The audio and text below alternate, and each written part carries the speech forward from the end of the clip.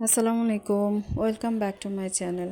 আজকে আপনাদের সাথে শেয়ার করতে চলে এসেছি বাঁধাকপির সবজি পিঠা।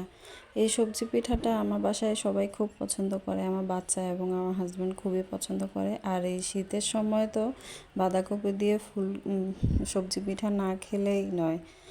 তো আমি কিভাবে তৈরি করেছি আপনাদের সাথে শেয়ার করে নিচ্ছি। আর পিঠা বানাতে বানাতে আমার ছোট মাস্টার এসে হাজির হয়ে গেছে পিঠা খাওয়ার জন্য। এবং এই পিঠাটা তার খুবই পছন্দের। কেমন খেতে? ভালো। মজা? অল্প অল্প ঝাল। আচ্ছা, একটু ঝাল খেলে না তুমি শক্তিশালী হবা।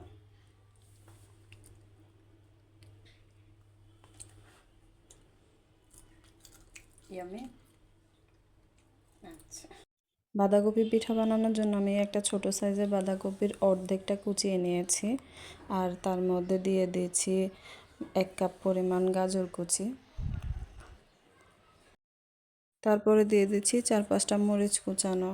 এরপরে দিয়ে দিচ্ছি হাফ টেবিল চামচ করে আদা রসুন পেস্ট, ধনিয়ার কুচি আর মুরগির বুকের মাংস কিমা করা। অল্প একটু হলুদ গুঁড়া দিয়েছি। তারপর দিয়ে দিয়েছি জিরার গুঁড়া আর ধনিয়ার গুঁড়া। পরিমাণ মতো লবণ দিচ্ছি। আর দিয়ে দিব 1 টেবিল চামচ পরিমাণ চিনি। দিয়ে এটাকে ভালোভাবে হাত দিয়ে মাখিয়ে নেব।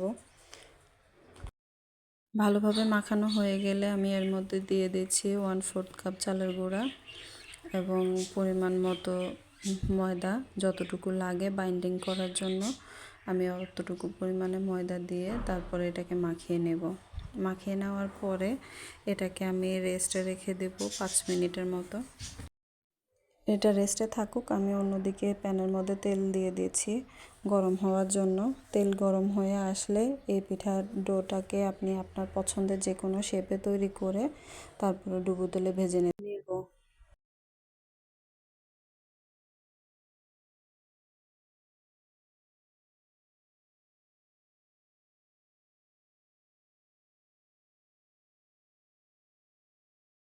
এক পিঠ ভালোভাবে ভাজা হয়ে গেলে একটু উল্টিয়ে দিচ্ছি।